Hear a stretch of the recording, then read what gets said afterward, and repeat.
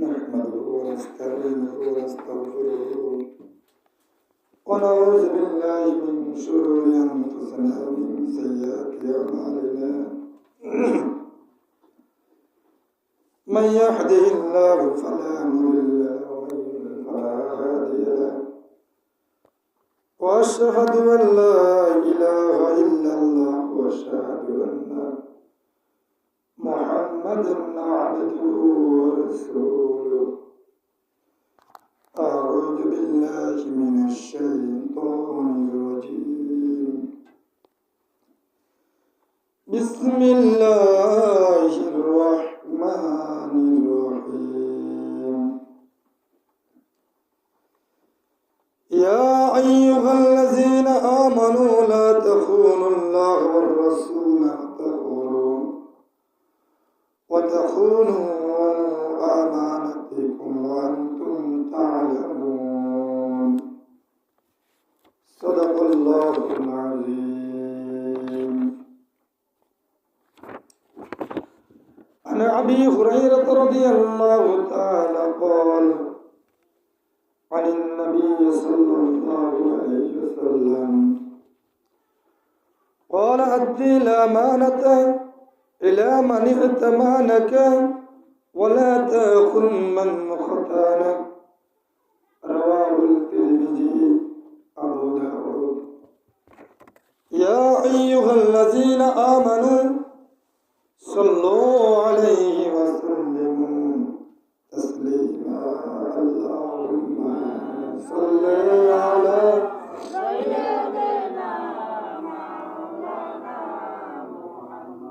وعلى آل سيدنا اللهم صل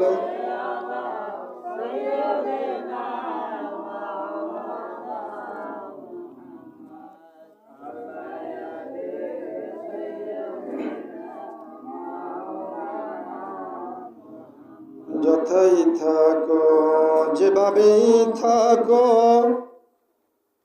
নবীজির দুরূদ সাইরো না নবীজির দুরূদ না সারিলে নবীজি তোমায় সারবেন না।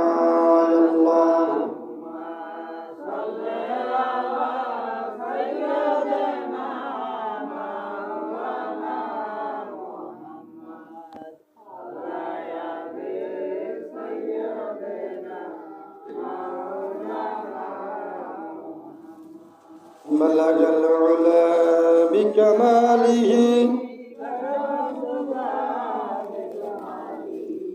حسنة جميع صالح আলহামদুলিল্লাহ শুকরিয়া আদায় করি মহান রব্বুল আলামিনের, যে মহান মালিক পবিত্র শাবান মাসের 17তম রজনী তৃতীয় জুমার আজানের সাথে সাথে আমাদেরকে তার পবিত্র ঘর মসজিদে আসার জন্য তৌফিক দান করেছেন। শারীরিক মানে সুস্থ রয়েছে, নেক হায়াত দান করেছেন এবং এমন একটি জুমায় আমাদেরকে একত্রিত হওয়ার তৌফিক দান করেছেন। সেজন্য আমরা মহান রবের দরবারে অন্তর অন্তঃস্থ থেকে কালিমাতুল শাহাদাত বলে আলহামদুলিল্লাহ, পাশাপাশি মানবতার মুক্তির দূত আমাদের কলিজার টুকরো নবী, নবী কুলের সম্রাট, আশরাফুল আম্বিয়া, সাইয়্যিদুল মুরসালিন, খাতামুন নবিয়্যিন, নবী মুহাম্মদুর রাসূলুল্লাহ সাল্লাল্লাহু আলাইহি ওয়াসাল্লাম। সম্মানিত মুসল্লি ভাইরা, আজকে আমাদের জুমার আলোচ্য বিষয় আমানত।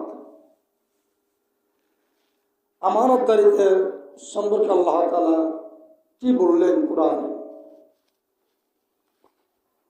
সেই সম্বন্ধে আমরা সূরাতুল আনফাল কোরআনের ৮তম সূরা এই সূরার 27 নম্বর আয়াত তেলাওয়াত করেছি। প্রিয় নবীজির সাহাবী হযরত আবু হুরায়রা রাদিয়াল্লাহু আনহু থেকে বর্ণিত আমরা একটি হাদিস তেলাওয়াত করেছি। আল্লাহ তাআলা যদি আমাদেরকে তৌফিক দান করেন, আমরা সংক্ষিপ্ত সময়ে আমানত সম্বন্ধে কিছু গুরুত্বপূর্ণ কথা জানব। আর আমাদের কাছে একটি সরকারের একটি নোটিশ আছে, আমরা ওই নোটিশটা নিয়েও কিছু কথা বলব ইনশাআল্লাহ। সুবহানাকা লা ইলমা লানা ইল্লা মা আল্লামতানা ইন্নাকা আনতাল আলিমুল হাকিম। আমাদের কোনো জ্ঞান নাই, যদি আমাদের রব আমাদের কিছু বলতে দেন তাহলে আমরা বলতে পারবো ইনশাআল্লাহ। এবার আমরা বুঝি আমান অর্থ কি? আমান অর্থ গচ্ছিত রাখা। আমার কাছে কেউ যদি যে কোনো জিনিসের আমানত হতে পারে, ওই আমানতটা আমার কাছে রেখে দিছে, আমি ওই আমানতের খেয়ানত না করে ওই আমানতকে পরিপূর্ণ রেখে এর মর্যাদা যখন আমি রাখবো, তাহলে ওই আমানতের বরাবর পরিপূর্ণ হক আদায় হয়ে গেল। এই আমানতগুলি টাকার আমানত হতে পারে, মালের আমানত হতে পারে, কথার আমানত হতে পারে, ছেলে সন্তান আমানত হতে পারে, আপনার বিভিন্ন প্রকার আমানত হতে পারে। এই আমানত আপনি কার কাছে রাখবেন, কার কাছে রাখলে আপনার আমানতটা আপনার বিশ্বাসযোগ্য, কাকে দিলে হবে, তার কাছে আপনাকে আমানতটা রাখতে হবে। হবে কি হবে না? যদি শিয়ালের কাছে মুরগি রেখে বলেন, শিয়াল ভাই তোর কাছে আমানত দিলাম, তুই আমার মুরগিটা ফেরত দিবি, পরের বছরের বাচ্চা সহকারে ফেরত দিবি, ফেরত পাওয়ার সম্ভাবনা আছে নাকি? তদ্রূপভাবে আপনি যখন এটা শিওর হয়ে গেলেন যে শিয়ালের কাছে মুরগি পাকা দিলে সে বাচ্চা সহকারে দেবেন, আমার মূল সালামে খেয়ে ফেলবে, এটা যখন বুঝতে পেরেছেন সঠিকভাবে, তদ্রূপভাবে আপনি যাকে নেতা বানিয়ে দিবেন, ওই নেতা যদি আপনার রডা জায়গাত বাঁশ দিয়ে সব খাইয়ে এলা, রাস্তাঘাট কালফেট চাল ডাল এমনকি ওই ফৈনির যে চাল বাজেট ওগুলো খাইয়ে না, তাহলে ও কি হিয়ালের সাথে কম নাকি? ও তো আরো খারাপ, হিয়াল তো শুধু মোরগ খায়। তাহলে আপনি কার কাছে আমানত রাখবেন, কাকে দিলে এই আমানতের খেয়ানত হবে না, কাকে দিলে রডের জায়গায় বাঁশ দিবে না, কাকে দিলে 1 ইঞ্চি পরিমাণ মানুষের কোনো ক্ষতি হবে না, কাকে আমানত দিলে মানুষকে মারবে না, ধরবে না, মানুষকে খুন রাহাজারি হত্যায় মানুষ জড়িত হবে না, মানুষ থেকে চাঁদা দিবে না, মানুষের সম্মান নষ্ট করবে না, আপনাকে সেভাবে চাই একটি সুন্দর আমানত রাখার দরকার আছে না নাই? সেই সুযোগ আমাদের সামনে আছে না নাই? আজকে সেই সুযোগের শেষ জুমায়, আগামী 12 তারিখ হবে বৃহস্পতিবার, আপনাদের দেখা হবে সুন্দর একটি সৃজনশীল বাংলাদেশ সাথে দেখা হবে আগামী জুমায়, যদি আল্লাহ আমাদেরকে হায়াত দান করে। আর এখান থেকে কেউ যেন মারা যায় তাহলে তো চলে গেলাম আল্লাহর দরবারে, কারো কিছুই নেই। কারণ কে কখন চলে যায়, আসার একটি যদিও সিরিয়াল থাকে, ডেট থাকে, ডাক্তারগণ ডেট দেন, অমুক ডেটে অমুক কেন হতে হবে, এই ধরনের একটা ডেট থাকতে পারে, কিন্তু যাওয়ার কোনো ডেট নেই।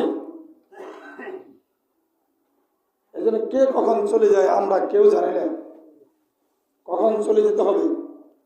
এই যে গত আমরা পরশুদিন দেখলাম আমাদের শেরপুরের ময়মনসিংহ বিভাগের ভিতরে শেরপুরের 3 আসনে এমপি প্রার্থী মাওলানা নুরুজ্জামান বাদল ভাই, তিনি আমাদের সভাপতির রাত্রির দিনে তিনি দুনিয়ার সফর শেষ করলেন। তিনি হৃদরোগে আক্রান্ত হয়ে এই দুনিয়া থেকে বিদায় নিয়ে গেলেন। একজন এমপি প্রার্থী, হয়তো তিনি এমপি হবেন না হবেন না, হলে তো অন্তত তার ভক্ত আছে, হালকা কিছু ওটা তো ঠকে যেতে পারে অথবা হয়ে যেতে পারে, তাহলে তার স্বপ্ন আমাদের সাথে কম না বেশি? অনেক গুরুত্ব না তার। আমার আপনাকে দিয়ে যে কাজ করে যে সংগঠন, আমার আপনাদের তেমন কোনো কিছু আশা করা যায় না। অত 2, 4, 5 জন 10 জন লোকের আশা করে আমাকে আপনাকে দিয়ে, কিন্তু ওনাকে দিয়ে আশা করে লক্ষ লোকের।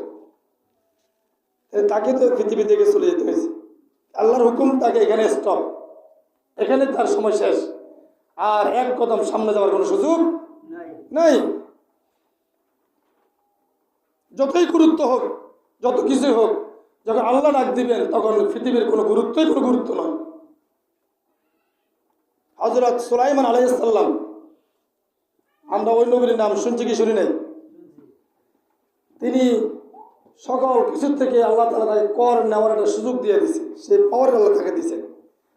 তিনি সৃষ্টি জগতের প্রায় সকল কিছুর ভাষা তিনি বুঝতেন। সেই সুলাইমান আলাইহিস সালামের জিন জাতি বলেন, যত কিছু বলেন, সব তার আয়ত্তের ভিতরে আল্লাহ তাআলা তাকে আয়ত্ত করে দিয়েছে। কিন্তু যখন মসজিদুল আকসা তৈরি হয়, তিনি যখন দাঁড়িয়েছেন, তার ভয়ে কাজ করতেছে জিন জাতির মসজিদে, উনি লাঠি বার করে দাঁড়িয়েছে। এখানে জিবরাইল আলাইহিস সালাম আসে বলছেন, আপনাকে এখন আজরাইল আসতেছে, আপনার রূহ এখনো নিয়ে যাবে। বলতেছে কি বলে? মূর্তি আমি মরে গেলে তো কাজও হবে না। সেটার সিদ্ধান্ত ফয়সালা আল্লাহ করবে, আপনাকে এত গ্যারান্টি দেওয়া না, কাজ করবেন এ ধরনের গ্যারান্টি দিয়ে আপনাকে পাঠানো হয় নাই। আপনার যে পর্যন্ত কাজ হবে হয়ে গেছে, শেষ, বাকিটা আল্লাহ দেখবে। পরবর্তী আল্লাহ কাকে দিয়ে দায়িত্ব রয়েছে আল্লাহ বুঝেন, আপনার আর বেশি বাড়াবাড়ি করার কোনো দরকার। এখানে ওই খাড়া অবস্থায় শোয়ারও সময় নেই, ওই খাড়া অবস্থা এখানে সুলাইমান আলাইহিস সালামকে দুনিয়ার সফর শেষ করতে হয়েছে।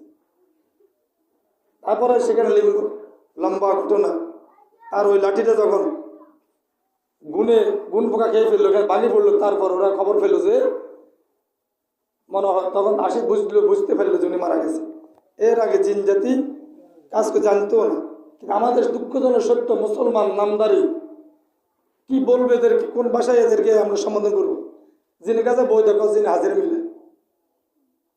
যদি জিন মানুষের গায়েবের খবরে জানতো, তাহলে সুলাইমান আলাইহিস সালাম, এখানে লক্ষ লক্ষ জিন ছিল, তারাই কাজ করতে রাজি ছিল না, অবাধ্যভাবে তার কাজ করানো হয়েছে।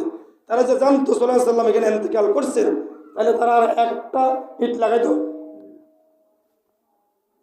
এটা মুসলমানদের মাথায় ধরে না। এ কোন জাতের মুসলমান এটাই বুঝি যাই বসে থাকে, জিন এটা কইস, জিন ওইটা কইস। আর কথা একজন মানুষের চেহারা দিয়ে এনলে আমরা 10টা কথা হলে 8টায় বরাবর মিলিয়ে যাবো, কেবল আসল কথা আছে। তেমনি কি আমার কিছু হয়েছে? আল্লাহ বলছেন ওরা গায়েব সম্বন্ধে কিচ্ছু জানে না, এমনকি কোনো নবীরাও গায়েব জানে না। আপনি যদি মনে করেন নবীরা গায়েব জানে, তারা আপনার ইমানতে শেষ। আল্লাহ বলছেন আলিমুল গাইবি, একমাত্র গায়েবের খবর কে জানে? আল্লাহ ভালো জানে, আর কেউ জানে না। আমাদের নবীকে জিজ্ঞেস করে, হ্যাঁ নবী আপনি বলেন কিয়ামত কখন হবে? নবী বললেন আল্লাহুল আলাম, আল্লাহ ভালো জানে, সেই সম্বন্ধে আমাকে কোনো জ্ঞান দেওয়া হয় নাই।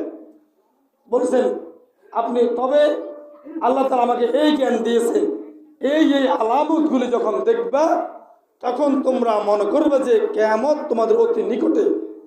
কিয়ামতের আলামত সম্বন্ধে নবী সাল্লাল্লাহু আলাইহি সাল্লাম 70টি বর্ণনা বলে গেছেন। কতটি? এর ভিতরে শুধুমাত্র ইমাম মাহদী আসার বাকি, দাজ্জাল সরাসরিভাবে আসার বাকি। আবার কে বলছেন দাজ্জাল মানে এটা চলে আসছে, আবার কে বলছেন সরাসরি আসবে। যদি আমরা সরাসরি বলে যাক, সরাসরি ইমাম মাহদী, সরাসরি ঈসা আলাইহিস সালাম, এই বড় বড় 2-3টা বাকি আছে, আর সব কিছু চলতেছে, সবকিছু চলতেছে বহমান। এজন্যই যে চিরদিন কেউ থাকবে না, তবে আমার আপনার আমানতটা আমরা কিভাবে প্রয়োগ করব, কাকে দিলে আমার এই রাষ্ট্রের, এই সমাজের, এই দেশের মানুষের বিশ্বাস অন্তর থেকে পালন করবে, দায়িত্ব মনে করে পালন করবে, আর নতবা দায়িত্ব পালন করবে না, তারা হয়ে যাবে তখন কথা বলতে পারমিশন প্রয়োজন হবে।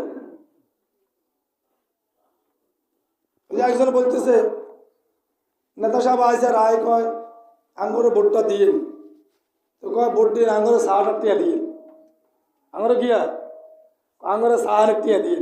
নেতা বলতেছে আঙ্গুরে ভোট দিয়ে, তো ভোটাররা কয় আঙ্গুরে 60 টিয়া দিয়ে।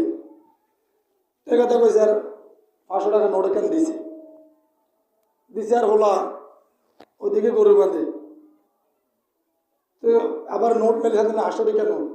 তো ওলা বাপরে ডাকে, এরে আব্দুর রহিম তোর করে তুই বাঁধোটা তোর করে বাঁধতেন না। কি নোটা তুই তো আর নাম ধরে কস না তোর আব্বা ওটা আঙে গরু যে বাঁধতে কই তার ই যে কমপক্ষে 80,000 টাকা লাগবে। 80,000 টাকা লাগবে। আর তুই বেচা গেলি মাত্র 800 টাকা। তো তোর দাম চাইতে বেড়া গরুর দাম বেশি করে আব্বা বললাম তোর আব্বা বলে লাভ কি? আসক গে 1 বছর আইলে দাম 600-700 টাকা আছে না? আসেনি? মোরগকে 1 বছর আইলে রাতে মোরগে 1,000 টাকা হয়েছে। ছাগলকে 1 বছর আইলে 500,000 টাকা আছে দাম আছে না? গরুকে 1 বছর আইলে কমপক্ষে 50,000 টাকা আছে দাম। কিন্তু 5 বছর ওকে মাসের দাম হতে 800 টাকা। এটা মানুষ না জানোয়ার? যে মানুষের আওতা পড়ে নাকি? এটা তো গরু ছাগল খাইতে। এর বিবেক কোথায় যে দাঁড়ায়? আমি যে 500 টাকার বিনিময় আমার আত্মমর্যাদা নষ্ট করে দিছি, আমার আমানত আমি খেয়ানত করে দিলাম, এর ভিতরে কি আছে? এ তো মানুষও না, মানুষের আত্মাই পড়ে না। এরা মানুষ বললে মানুষের কি বলবেন আপনি?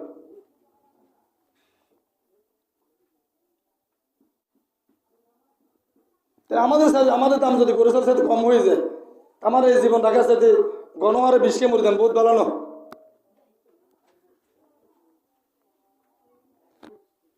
আল্লাহ তাআলা বলেন, যে লোক যে ব্যক্তি বিশ্বস্ত হবে, মানুষের আমানত যত্ন সহকারে রক্ষা করবে, আর মালিক যখন তা ফেরত চাইবে সাথে সাথে তা ফেরত দিবে। এটাই ইসলামের নীতি, আমানতদারিতা। আমাদের নবীজি মুহাম্মদ রাসূল সাল্লাল্লাহু আলাইহি সাল্লাম তিনার থেকে মক্কা নগরে কাফেররা তাদের মালামাল স্বর্ণালঙ্ক রাখতো কি রাখতো না? ব্যাগে মনে হয় ওয়াজিন হল না। নবীজিরা কাফেররা নবীজির উপাধির নাম কি দিয়েছিল? আল আমিন, অর্থ সত্যবাদী, আমানতদারিতা। তিনি সাদিক বলতেন। তাহলে এই টাইটেল কোনো মুসলমান দেয় নাই। আল আমিন টাইটেলটা দিয়েছিল ওই মক্কা নগরের কাফেররা। কাফেররা নবীজি যতই বিরোধিতা করত, কিন্তু নবীজির কাছে তাদের মাল আমানত থাকত। যেই দিন নবীজিকে মক্কা নগরী থেকে কাফেররা সিদ্ধান্ত নিল নবীজিকে বের করে দেবে, যখন চতুর্দিক ঘিরে ফেললো, নবীজির ঘরের যখন চতুর্দিক ঘিরে ফেললো, নবীজি বের হয়ে যাবেন, আলীকে বললেন যে আলী তুমি আমার এখানে থাকো, কম্বল মোড় দিয়ে তুমি শুয়ে থাকো। কেন? এই যে তোমাকে রাখে দিচ্ছে এই জন্যই যে মক্কা নগরী এই কাফেরদের সম্পদগুলি আমি নবীর কাছে আমানত রেখেছি। তারা আমি চলে যাওয়ার পরে এই আমানত যেন বিনষ্ট না হয়, তুমি এই আমানত প্রত্যেকের তার তার যার হাতে থেকে দিয়ে দিবা। এই জন্য তোমাকে এখানে রাখি দেওয়া হচ্ছে। তাহলে মক্কা নগরে কাফেররা নবীকে তার গোত্রলোক তাকে মায়ের ফিট করে বাইরে দেওয়ার পরও নবীজি চাইলে স্বর্ণবর্ণ এগুলো উল্টা পরে নিতে গাইতো না। এগুলো আর কষ্ট দিচ্ছে, এগুলো মাল রাখি লাভ কি? তার মানে আমার শত্রু হলো সে যেন আমার কাছে নিরাপদ থাকে, তার সম্পদ যেন আমার কাছে নিরাপদ থাকে, এমন একটি বাংলাদেশ আমরা চাই কি চাই না? আমরা নিতে হবে নবীজির শিক্ষা থেকে। তাহলে সেখান থেকে বলা হয়েছে, নবী যখন তাদের সম্পদগুলি দেওয়া হলো, আমানতদারি থেকে নবীজি আমাদেরকে শিক্ষা দিয়ে গেছে। আমাদেরকে সেই নবীজির শিক্ষা অনুযায়ী আমাদেরকে জীবন চলার পথে দরকার আছে না নাই? নবীজির সাহাবায়ে কেরাম কিভাবে তারা তাদের আমানতের রক্ষা করলেন, কখনোই তারা আমানতের খেয়ানত করেন নাই। আমরাও সেই আমানতদারিতা তাকেই দিব যে আমাদের আমানতের সম্মান রাখতে পারবে, যার সে যোগ্যতা আছে, যার সে ক্যাপাসিটি আছে।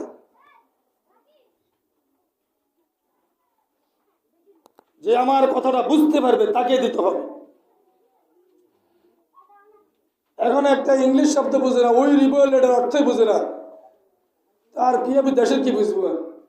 একজনে কয় যদি 3 বার ফেল করতে মেট্রিক পাস করতে বুঝবো কি? 3 বার ফেল করে মেট্রিক পাস করলে আর বুঝে কি? এটা ইংলিশ শব্দের অর্থই বুঝে না, আর কি বুঝবে? তাহলে আরবি হলে তো ঘুরিয়ে পড়ে যাবে।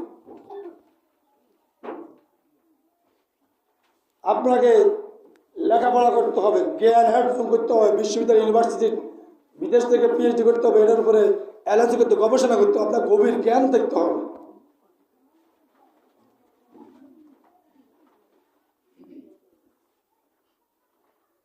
তাহলে নবীজিকে আল্লাহ তাআলা বলেন, মুমিনদের উদ্দেশ্যে আল্লাহ তাআলা বলছেন, ইয়া আইয়ুহাল্লাযিনা আমানু, হে ঈমানদারগণ, লা তাখুনুল্লাহ ওয়ার রাসূল, তার আল্লাহ তাআলা রাসূলের উপরে ন্যস্ত আমানতের খেয়ানত তোমরা করিও না। আদেশ কিচ্ছে কে? আল্লাহ বলছেন হে ঈমানদারগণ, যারা ঈমানদার তাদেরকে বলছে। এখানে ইয়া আইয়ুহান নাস বলে না, হে মানুষগণ বলে নাই। ইয়া আইয়ুহাল মুসলিমুন, হে মুসলমানগণ বলে নাই। আল্লাহ বলছেন, কত সুন্দর ব্যাখ্যা আল্লাহ তাআলা দিয়েছেন, সুন্দর শব্দ চয়ন করছেন। ইয়া আইয়ুহাল্লাযিনা আমানু, হে ঈমানদারগণ, হে আমার প্রিয় বান্দাগণ, আমার গোলামগণ, তোমরা কি করবা? লা তাখুনুল্লাহ ওয়ার রাসূল ওয়া তাখুনু আমানাতিকুম ওয়া আনতুম তা'লামুন, তোমরা তোমাদের আল্লাহ তার রাসূলের উপর ন্যস্ত আমানতের খেয়ানত করিও না, অথচ তোমরা এর গুরুত্ব জানো। তোমরা কি জানো? এটার গুরুত্ব তোমরা জানো। আমানতের কি গুরুত্ব হবে তুমি জানো।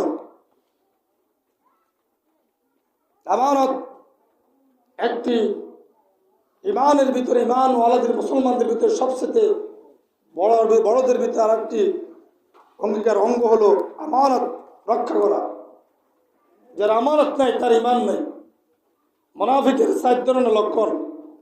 1 নম্বর, মুনাফিক কথা বলার সময় মিথ্যা কথা বলবে। 2 নম্বর, সে আমানতের খেয়ানত করবে। 3 নম্বর, সে ওয়াদা করলে ওয়াদা ভঙ্গ করবে। 4 নম্বর, সে যখন মানুষের দরকার করবে তখন সে গালিগালাজ করে, মানুষ খারাপ ভাষা গালিগালাজ করবে, তার শব্দ গালিগালাজ দিয়ে সে শুরু করবে। এটা হলো মুনাফিকের আলামত। আর মুমিনের কথা বলার শব্দ, সুন্দর শব্দ চয়ন দিয়ে প্রতিযোগিতা হবে, সুন্দর আচরণ দিয়ে, কোনো খারাপ শব্দ সেন্টেন্স ব্যবহার করে প্রতিযোগিতা হয় না। আল্লাহ তাআলা বলছেন তোমরা কিন্তু ভালো করে জানো, কিন্তু জানো ঠিক আছে, কিন্তু এটা মানার কোনো সম্ভাবনাই তোমাদের ভিতরে থাকে না, আমাদের থাকে না। এই জন্য আমাদের আমানত, কিভাবে আমার আমানত আমি রক্ষা করব? এই আমানত রক্ষা করতে আমাকে কেউ যদি বাধা দেয়, সে আমার বন্ধু না শত্রু? আমার আমানত আমি যাকে ইচ্ছে তাকে দেব। আমার টাকা আমি যাকে মন চায় তাকে দেব। তাহলে আমার আমানত আমি যাকে মন চায়, আমার অন্তর চায়, আমি তাকে দেব। ঠিক না বেঠিক? যে আমার আমানতের উপরে প্রয়োগ করবে না, তোমার আমানত আমাকে দিতে হবে, তাহলে বুঝতে হবে যে ও হলো সবচেয়ে পৃথিবীর খারাপ লোক। ও আমার আমানতের খেয়ানত করবে, 1 ঘন্টা পরে পরিবর্তন হবে। ও এক মুরব্বী বলছিল, কয় আগের যুগের মুরব্বীরা তো ব্যাগ গেছে, তাই তো মুরব্বী অল্প কিছু না ছেলেবেলা আছে, তো ফান্তা পেপসি এগুলি খুলবার সময় পিস করে আওয়াজ করে উঠতো, উঠতে কি উঠতো না? সাবাইগুলো খুললে বাতাস পিস করে আওয়াজ করে উঠতো। এগুলো খোলা একটা মেশিন ছিল, খুললে কাগজগুলো খুলে পিস করে উঠতো। তো মুরব্বীর নাম জানে না, বোর্ডের আগে গেছে। আর তো মুরব্বীরে আগে দিয়ে গরমকাল, তো গরমকালের সময় আগে দিয়ে খাবার দিয়েছিল, খুলবে সময় ফিস করে উঠছে, বেড়াদের নাম জানে না। ফান্টা কইব, কোকা কোলা কইব, নাম জানে না। তো কয় বিচার খাইছে, খাই অন বোট দিয়েছে, গরম হয়ে গেছে না, আবার গরম লাগছে। তোকে বাবা আর ওকে ফিস দে। কি দিত? যারা ভোট দিচ্ছেন নাকি? হ্যাঁ দিয়ে লাগছে। ও তাহলে বোর্ডও শেষ, ফিসও শেষ। বোট নাই, ফিসও নাই। আমরা এমন জনের কাছে রাখবো না যে বোর্ডের পরে কয় আমরা শেষ, আপনি ফিসও শেষ। যে আমাকে পরবর্তী 5 বছরও আমাকে সম্মান দিয়ে কথা বলবে, ইজ্জত দিয়ে কথা বলবে, আমার সম্মানহানি করবে না, কারো কোনো ক্ষতি করবে না, তাকেই আমার আমানত রাখার দরকার আছে না নাই? সে যেই হোক, সে যেই হোক, আমি এলাম, আপনি এলাম। আমি যদি জালেম হই, আপনি আমার কাছে আসার দরকার নেই। এই জালেমকে পরিত্যাগ করতে হবে সবার আগে।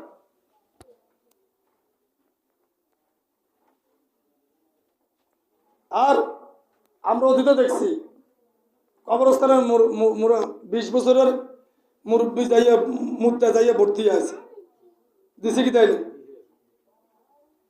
এরকম একটি বাংলাদেশ আর হবে না। এই স্বপ্ন দেখা শেষ, এটা আর হবে না, হইতে দেওয়া হবে না।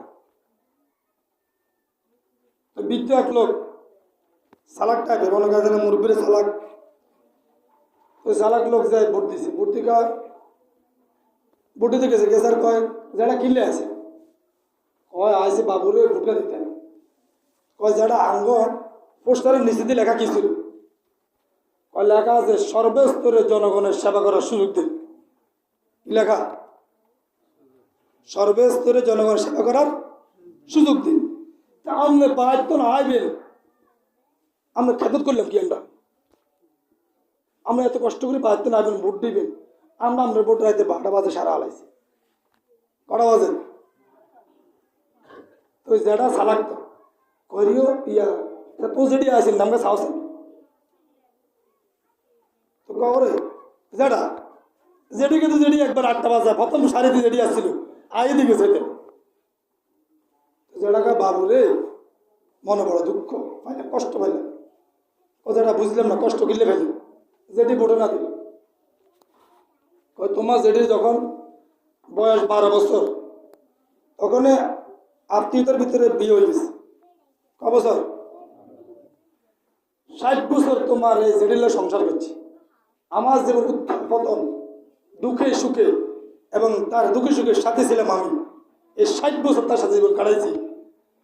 কিন্তু সেই প্রতিবার আসে ভোটটি চলে যায় 20টা বছর, আমি তার দেখাই পেলাম না। বড় দুঃখ হইলে বাবা, এটাই মনে বড় দুঃখ, ভোটটা বড় দুঃখ না। যেটি মরে গেছে 20 বছর আগে, আর যেটা মারে দিছে খবরও নাই, মারে দিছি যে খবরও নাই। এরকম একটি নোংরা বাংলাদেশ আমরা কে দেখতে চাই নাকি?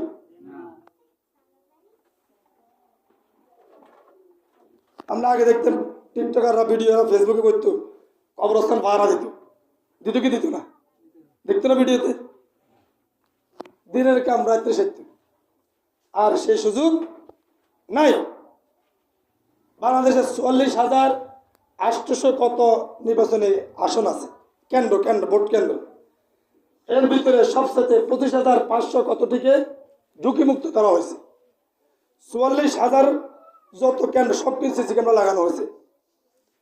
তারপরে 25,500 কতটি কেন্দ্র যেগুলো ঝুঁকিপূর্ণ, সেগুলিতে সমস্ত প্রিসাইডিং অফিসার, সেনাবাহিনী, র্যাব প্রত্যেকটি থেকে গোপন ক্যামেরা থাকবে।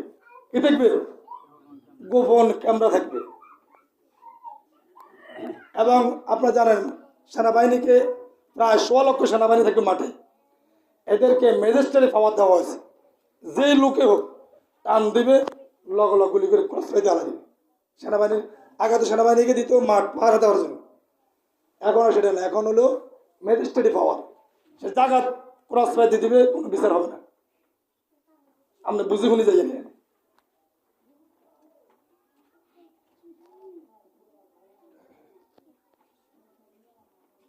যেই মানুষের আমানতের খেয়ানত করতে হবে, যে হাত দিবে ওই হাত জাগাত কেটে ফেলা হবে, ওই হাত নিয়ে বাড়িতে আসতে পারবে না। যে পা দিয়ে হাঁটে যাবে, ফাও ফালা দেওয়ার সিদ্ধান্ত হয়ে গেছে, ওর ফাও ফালা দেওয়া হবে। সঠিকভাবে যাবেন, সঠিকভাবে আসবেন, সব সুন্দর। আমরা আপনি কার উপরে জবরদখল করবে? আপনি মরে গেলে আমি মাটি দিতেন না? দিব কি দিত না? আমি মরে গেলাম মাটি দিতেন না? তো সত্যি তো লাভ কি? হেতে তো টাকা, হেতে তো চলে যাবে, ওকে কোনো বিদেশ টিদেশ যাইবে, ওকে খাইব। আর আপনি মারামারি লাভ কি? সুন্দরভাবে যাবে, সুন্দরভাবে ভোট দিন, কোনো মারামারি ছাড়া, দলাদলি ছাড়া সুন্দরভাবে চলবে। এটা ভালো হবে নাকি মারামারিটা ভালো হবে? কোনটা ভালো হবে? যে দল করে আমরা সব মুসলমান, আমরা গিয়া বাংলাদেশে নিবন্ধিত দল আছে 42টি। কতটি? অনিবন্ধিত আরো আছে, নিবন্ধন হার এরা বাদ। তাহলে 42টি আছে নিবন্ধিত দল, তার মানে 42 মতবাদের লোক বাংলাদেশে আছে। নতুবা এত দল হয়েছে না। তাহলে 42 মতবাদের লোক আছে বিধায় দলগুলি হয়েছে। এদের জন্য সরকার তাদেরকে পারমিশন দিয়েছে, তাদের অনুমতি আছে, তারা নির্বাচন করবে। আর বাকি এলাকা এখনো রাজনীতি করতে পারবে, কিন্তু তাদেরকে এখন অফিসিয়াল কোনো কাগজ সরকার কোনো অনুমোদন হয় না। তাহলে নিবন্ধন তাদের হয় না, বাকি নিবন্ধন হয়েছে। তার মানে নিবন্ধন হয়েছে বিধায় তার জনশক্তি কম বা বেশি আছে, এই জন্যই তাকে নিবন্ধিত করা হয়েছে। তার মানে 42 মতবাদের লোক আছে। আপনি যদি কাউকে সুন্দর ভাষা দিই, সুন্দর আচরণ দিই, নিতে পারেন, আলহামদুলিল্লাহ। আপনি যদি জোর করেন, আচ্ছা আমি আপনাকে এই বাইরে জোর করে নিয়ে গেলাম, আমার ক্ষমতা পাওয়ার দিই, তুই ভোট আরে দিবি, এর ডর করে দিলাম। আচ্ছা যখন আমার কাজ হলে কি রুম ঢুকে দেন, এর বাইরে কিছু আছে নাকি? রুম ঢুকে দিলেন, ঢুকে দেওয়ার ফর্ম নিল, আমি দেখলাম এতে ফর্মটা নিচে আমি দেখতেছি, বুঝলাম। যখন ভিতরে ঢুকছে কালাকার, তখন আমি আসিনি, কে আমি আসিনি। তখন যদি বলে রে সন্ত্রাসের ঘরে সন্ত্রাস, জালিমের ঘরে জালে, তুই আরে দূরে ডর লাগে আনছো, তোর 14 কুশি কল বেড়া মারি দিস, যা আমার ভাল। তখন আপনি কিনবেন, এখন বলেন কিনবেন, কিছু করে আসেন। তার মানে জোর করে কোনো কিছুই আদায় করা সম্ভব নয়। যতদিন পর্যন্ত মানুষের অন্তরের ভালোবাসা আপনি না নিতে পারবেন, ততদিন জোর করে আমি বলেন আপনি বলেন, কেউ কোনোদিন কোনো কিছুই অধিকার আদায় করতে পারবে না, পারবে না, পারবে না। আর আপনি যদি বিশৃঙ্খলা সৃষ্টি করেন, তখন মানুষ আপনার ঘৃণা করবে। কি করবে? ঘৃণা করবে। এই দেশে 155 সিটে বিনা প্রতিদ্বন্দ্বিতায় কেউ খাড়াই তো দেয় নাই, এত পাওয়ারফুলিটিও হলে যা লাগছে কি লাগে নাই? কথা করা লাগছে কি লাগে নাই? আপনি কি আর পাওয়ার কি চান? এত পাওয়ার ফরও যদি হলাই যান লাগে, তাহলে আপনাকে আমি কি আমার আপনার গণবার টাইম নাই। এত শক্তিশালী যদি বিদায় নিতে হয়, নমরুদ সারা পৃথিবী শাসন করছে, কিন্তু বিদায় হয়েছে সম্মানজনক অসম্মানজনক, জুতা ফিটা। 350 বছর, 400 বছরের প্রেসিডেন্ট, 350 বছর জুতার ফিটা। তারপরে ফেরাউন, মিস্টার ফেরাউন নাম শুনছে কি শুনি নেই? এই পৃথিবীতে যে যাই হোক ফেরাউন হতে পারবে? আর ফেরাউন সম্ভব হবে কারো পক্ষে? সেই ফেরাউন পৃথিবী শাসন করছে। লাস্টে সম্মানের মিত্র অসম্মানের মিত্র হয়েছে। পানি চুবাই, মাত্র লোহিত সাগরের পানি, পানিতে চুবাই। যখন সে বলছিল প্রথম সুবানির লগে, আমি তুই মেনে নিছি, বনি ইসরাইল এবং মন ইসরাইল নবীরা যার উপরে মেনে নিয়েছে, আমিও সেই উপরে মেনে নিচ্ছি। নিজের কি সালাক মনে করে? জিবরাইল আলাইহিস সালাম চিন্তা করলেন, এ যদি দ্বিতীয়বার যদি আল্লাহর কাছে মাফ চাই হালা, হয়তো আল্লাহ মাফ করবে। আল্লাহ রহমান, নাম কি? রহমান, দয়াময়, এ দয়ার কথাকে মাফ করে দিতে পারে। এই জন্য তাকে দ্বিতীয় সুবানিতে তার গলার ভিতরে একটা লোহিত সাগরের নিচ থেকে জিবরাইল আলাইহিস সালাম বালু ঢুকাই তারপরে গলার হিলে দিয়েছে, আর বলতে পারে না, শেষ। আল্লাহ তাকে অভিশপ্ত করে দিয়েছেন, এই ফেরাউন, তোকে কোনোদিন তুই পানিতে পৌঁছবি না, তোকে কোনো পোকামাকড় খাবে না, তোর শরীর পৌঁছবে না। কতক্ষণ পর্যন্ত? কিয়ামত পর্যন্ত তোর শরীর এভাবে থাকবে, আমি তোকে সুটকি বানায় রাখবো। কেন? পৃথিবীর যত জালেম, সমস্ত সন্ত্রাস, ছাঁদাবাজ, সব কিছু জুলুমবাজেরা যেন তোকে থেকে শিক্ষা গ্রহণ করতে পারে। কিন্তু দুঃখজনক হলো সত্য, আমরা শিক্ষা গ্রহণ করছি? আমরা করি নাই। সে ফেরাউনের লাশ এখনো আছে না নাই? মিশরের কায়রোতে, কায়রো শহরে, মিশরের রাজধানীর নাম কায়রো, সে কায়রো শহরের জাদুঘরে তার লাশ নিচতলায় রাখা আছে, কোনো কিচ্ছু লাগে না, কোনো প্রযুক্তি ব্যবহার করা লাগে না। আর দোতলায় আছে হামান, সাদ্দাত, এদের লাশগুলি ওখানে রাখা আছে, ওখানে মেডিসিন ব্যবহার করতে হয়। কিন্তু ফেরাউনে কোনো মেডিসিন ব্যবহার করার দরকার হয় নাই, কিয়ামত পর্যন্ত হবে না। তাহলে পৃথিবী শাসন করার পরও তার সম্মান যেন সে পৃথিবীতে বিদায় নিতে পারে না। আমি যদি, আপনি যদি এভাবে যদি জুলুম করতে থাকি, আমার আপনার বিদায়টা হবে সম্মান অসম্মানজনক, অসম্মানজনক। আপনার কবরে আপনি যাবেন, আমার কবরে আমি যাব, আপনার বুকুর উপর মাটি দিয়ে চাপা হবে, আমাকে চাপ দিতে আসা হবে। কিসের এত অহংকার, কিসের পাওয়ার, কিসের ক্ষমতা, কোনো কিছুই সেদিন আর কাজে লাগবে না। সকলকে চলে যেতে হবে, এই চিন্তা মাথায় রাখতে হবে। আর আমি যার জন্য জীবন দিব, সে আমার জন্য কি করবে? আমার জানাজাও আসবে না, আমার ছেলে মেয়ের খোঁজ খবর নেবে না, আমার ছেলে মেয়ে টাকা পাবে বুঝছি, আমাকে তারা খাওয়াইলো, কিছু কাঠ মাঠ দিলে পরিবার চললো, কিন্তু আমার সন্তান কি? একজন বাবা যে যার সন্তান, ওই সন্তান ওই বাবা তার কাছে সবচাইতে প্রিয় নয়? ও কি তার বাবা পাবে আর স্ত্রীর স্বামী পাবে? আপনি কাকে হামলা করবেন? সেটা আপনার ভাই। কাকে মারবেন? সেটা আপনার দিনী ভাই, মুসলমান ভাই। কাকে হামলা করবেন? কেন করবেন? আপনি তো পৃথিবীতে চলে যেতে হবে, আপনি তো পৃথিবীতে থাকতে পারবেন না। তাহলে আমরা এগুলি মারামারি হানাহানি আমরা করব না।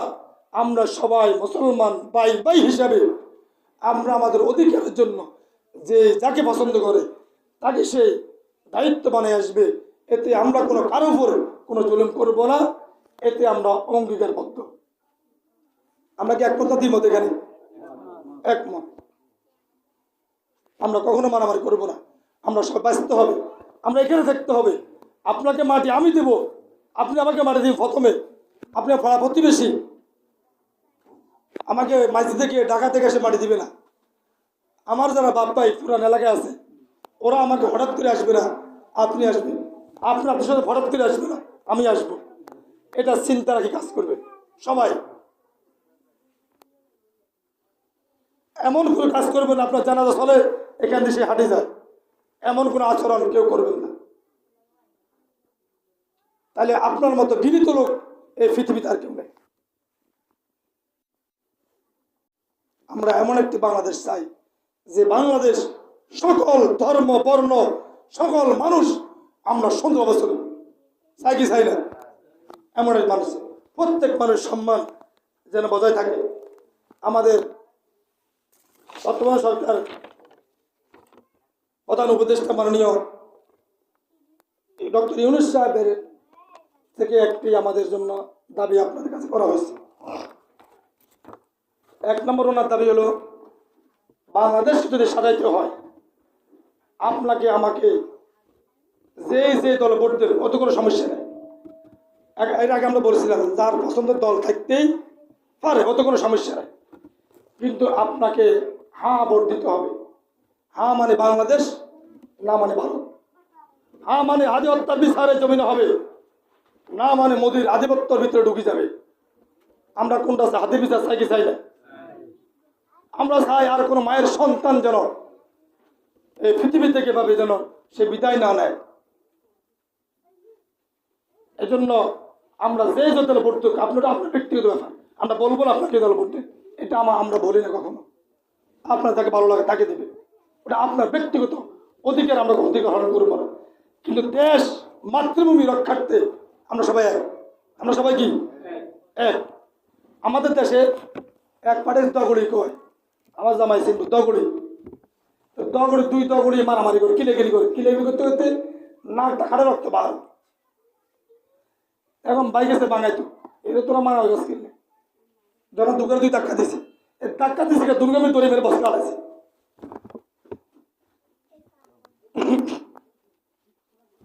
রাত্রে ওই দগড়ি দুলুকে গেলোকে সার অর্ডার দেয়, ব্যান্ডেজ মাথা হাঁটা উঠে গেছে, ব্যান্ডেজ মাথা ব্যান্ডেজ গেলোকে সার অর্ডার দেয়। ওই তো মাঝখানে কিলখাম হচ্ছে। এখান থেকে কি বুঝলে? মানে যতই দলাদলি যে দল করো, মূলত তারা একটা গোষ্ঠী ছিল দগড়ি, এখনো আছে তারা, এখন ওই ভাব তারা দগড়ি। আর আমরা যে দল করি মূলত আমরা বাংলাদেশি। আমরা কোন দেশি? আমরা যে যত করে সুন্দর আচরণ দিই, আমরা বলবো, কথা বলতে কোনো সমস্যা নাই, কিন্তু আমরা মূলত বাংলাদেশি। আমরা বাংলাদেশের জন্য সবাই ঐক্যবদ্ধ থাকবো। রাজি কি রাজি নেই? এই জন্য আমরা রাষ্ট্রীয় সরকারভাবে প্রচারণা, আপনারা টিভিতে দেখেন সবাই, সব প্রচারণায় আপনাকে হা ভোট দিতে, বাকিটা আপনি যে দল জিতুক কোনো সমস্যা নেই। হা দিলে আপনি কি ভাবেন? আপনি কি এমন একটি বাংলাদেশ চান তত্ত্বাবধায়ক সরকার, নির্বাচন কমিশন ও সরকার কর্ম কমিশন, পিএসসি গঠনের সরকারি দল ও বিরোধী দল একত্রে কাজ করবে? তাহলে গেলে কি বাঁকা হয়েছে না গলা হয়েছে? ভালো হয়েছে না? সরকারি দল বিরোধী দল সবাই একসাথে কাজ করবে। 2, সরকারি দল ইচ্ছা মতো সংবিধান সংশোধন করিতে পারিবে না, যেই যাক, যে দলে যাক, থাকতো না। 3 নম্বর, সংবিধানের গুরুত্বপূর্ণ পরিবর্তনের ক্ষেত্রে গণভোট বিধান চালু রাখতে হবে। 4, বিরোধী দল থেকে ডেপুটি স্পিকার ও গুরুত্বপূর্ণ সংসদীয় কমিটি সমূহ সভাপতি নির্বাচিত করতে হবে।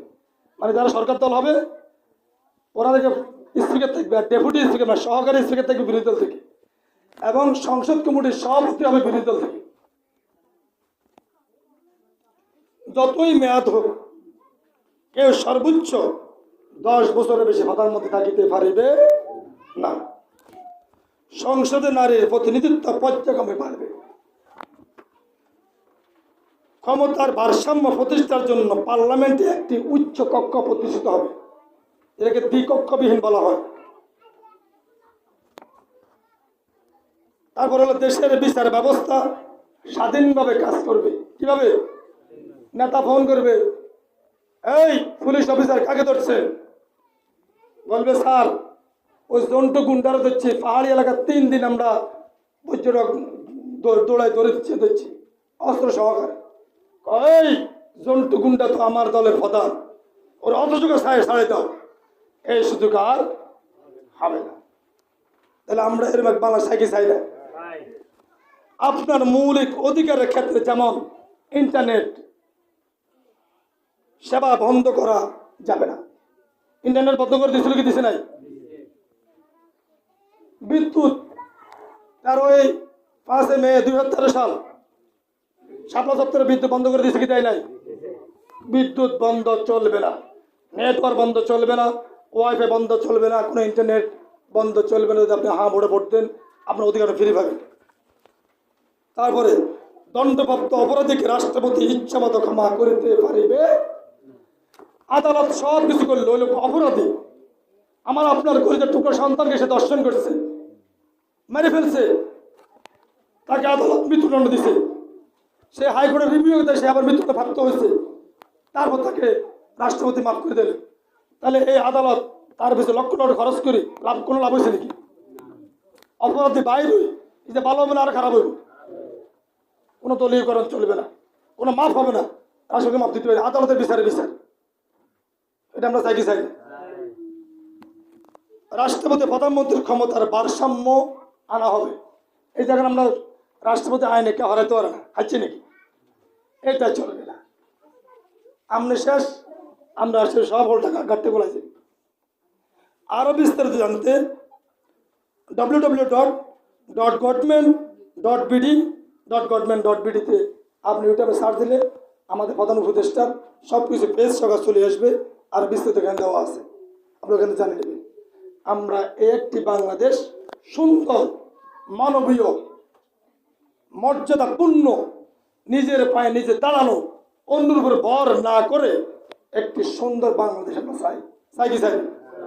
আমরা যে দল হতে পারে, একটা লোক বিএনপি করতে পারে, জামাতে করতে পারে, সামনে করতে পারে, তার ব্যক্তিগত স্বাধীনতা, কিন্তু সবার কাছে আমাদের উদারতা আহ্বান, সরকারি আহ্বান, আমরাও একমত, আমরা সকলেই হা ভোটে ভোট দিব। আমাদের কিছুদিন আগে, যদিও আগে আমাদের একটা দল বিএনপি বিরোধিতা করছিল যে তারা না ভোট দেবে, এখন কিন্তু 30 তারিখে জনাব তারেক রহমান বলছে আমরাও হার পক্ষে, কারণ হা মানে বাংলাদেশ, আমরাও হার পক্ষে। এই জন্য এখন আর দ্বিধাবোধ করার কোনো সুযোগ নেই। সকল মানুষ আপনি যাকে ভোট দেবেন কোনো সমস্যা নাই, আপনার ব্যক্তিগত স্বাধীনতা, কিন্তু আমরা হা ভোটে বলে হা ভোট দিবে। হা মানে বাংলাদেশ, না মানে ভারত। হা মানে এখানে যা আছে সব কিছু পাবেন, না মানে আমি কিচ্ছু পাবেন না।